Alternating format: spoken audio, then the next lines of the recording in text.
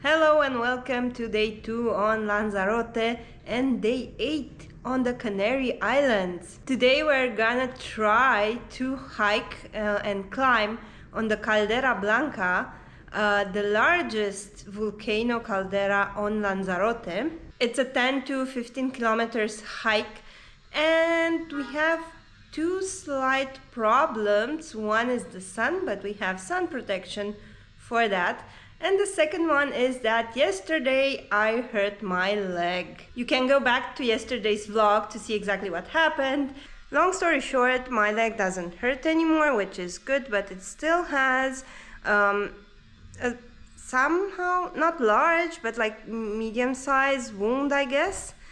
And I'm a bit worried about the friction that it will cause in the hiking boots. So first things first, I'm gonna dress the wound and make it not tight, but like stable so that it doesn't cause friction.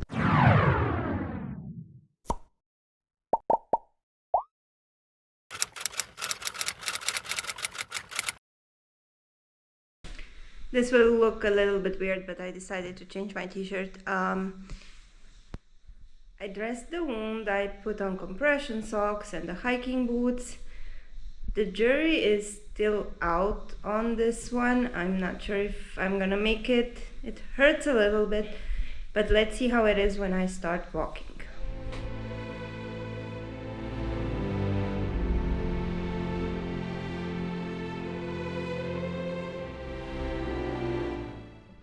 We're here, we're at the parking spot. I think we took like literally the last parking spot.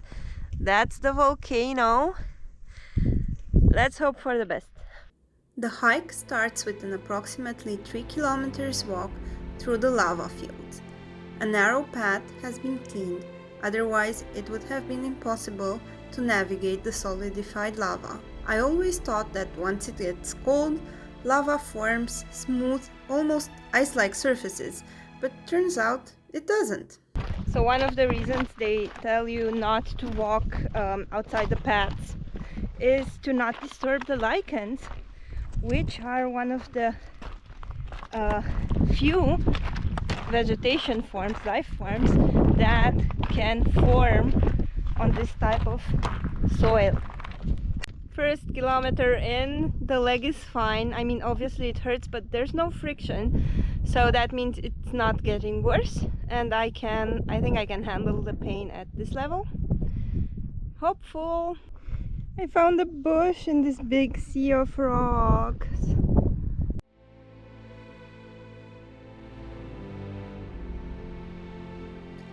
The first caldera is Montana Blanca, a smaller volcano. See, this one that goes up on the first caldera goes to another volcano. I'm just gonna add it the name in post because I forgot how it's called. And our way is like this one, where we're gonna go around the first volcano to the second one.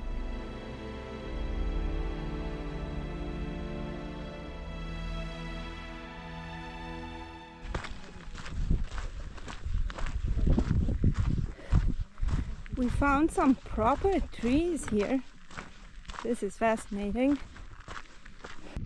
So we reached a spot between the two volcanoes that has a little bit of vegetation. This must be the weirdest trees I've ever seen. I don't understand how they grow like this in this angle. There's another one there. I suppose it's from the wind. And there's a bunch of aloe vera. We're about 2.5 kilometers in, a quarter of the way. Ah! That's a bee! What? No way! Here? Okay. I think my bandage is slipping a bit because my leg is starting to hurt a little bit. No! It's my eyes. Okay. But I'm gonna check it out when we get to the top and maybe change it. I have all supplies with me. We should be fine.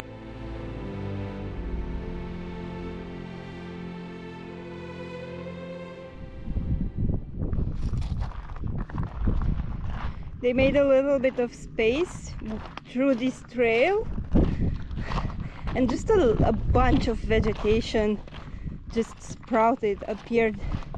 It's fascinating how resilient life is.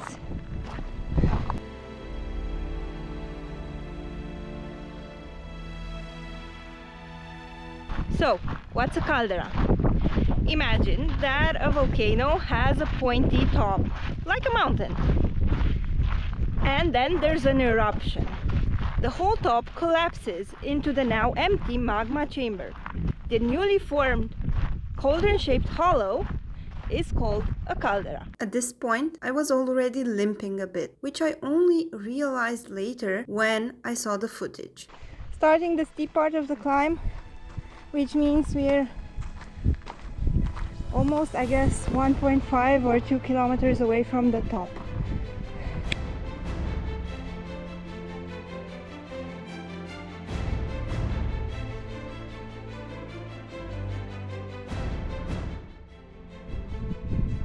I retract what I said earlier. This is where the steep climbing begins. Based on bad research, we decided to make the hike counter-clockwise, which I don't recommend, and you're gonna see soon why.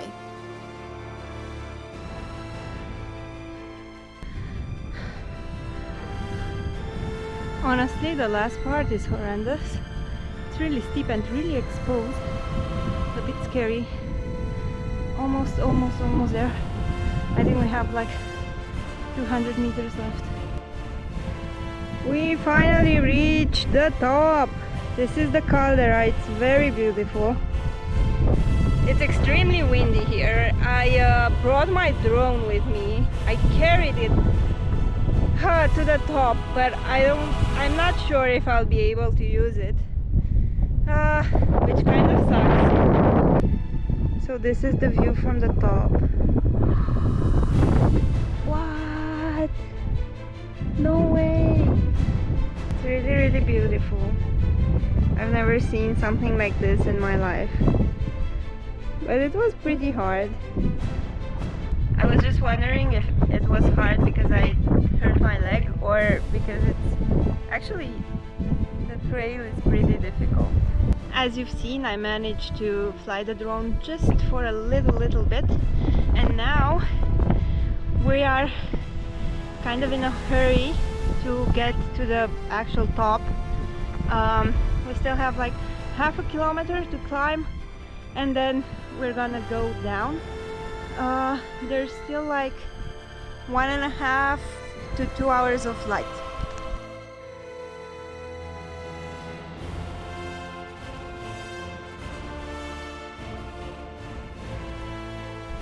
This feels like one of those games where the finish line keeps moving.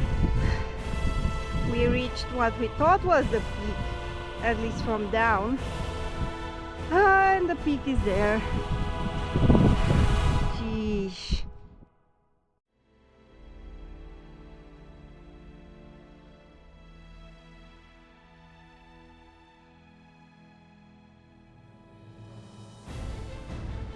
Not sure if you can tell, but I wasn't really feeling it anymore.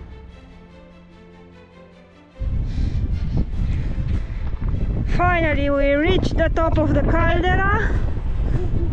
It wasn't half a kilometer away, like I said. It was like 1.5 kilometers. And now we have like 1 hour left to descend. 1 hour left of light To descend. to descend.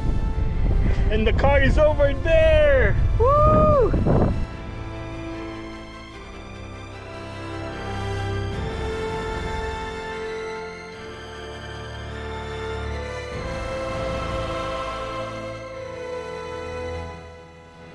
This part right here has the best view of the whole hike. On the right you can see Timanfaya National Park. On the left there is an awesome unrestricted view over Caldera Blanca. And in front you can see half the island and a bunch of other volcanoes. But honestly, the wind is killing me.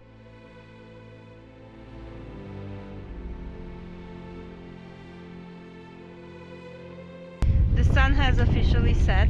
I think we still have like 20-30 minutes of light. We're almost at a point where you get down from the caldera and get to the regular trail down the volcano and through the volcanic landscape. So the down volcano path gets a little bit less friendly once you get almost down, but it's obviously like 10 tons better than what we had on the other part.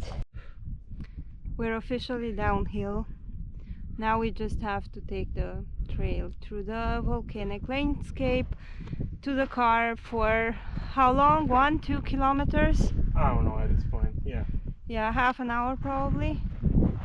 And we're gonna put our headlamps on and yay, made it.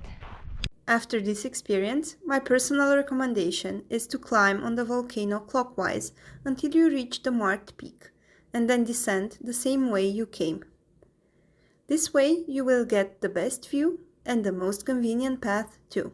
Finally, we reached the car. So as you saw, we finally reached the car. The hike was almost 13 kilometers in the end. I had some leg cramps in the last 2 kilometers on the same leg that my heel injury is, so I think I just held it very stiff to protect the injury, and then I ended up having something worse.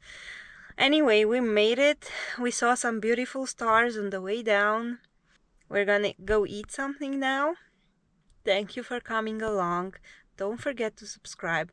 Tomorrow is another full day of exciting adventures. Bye!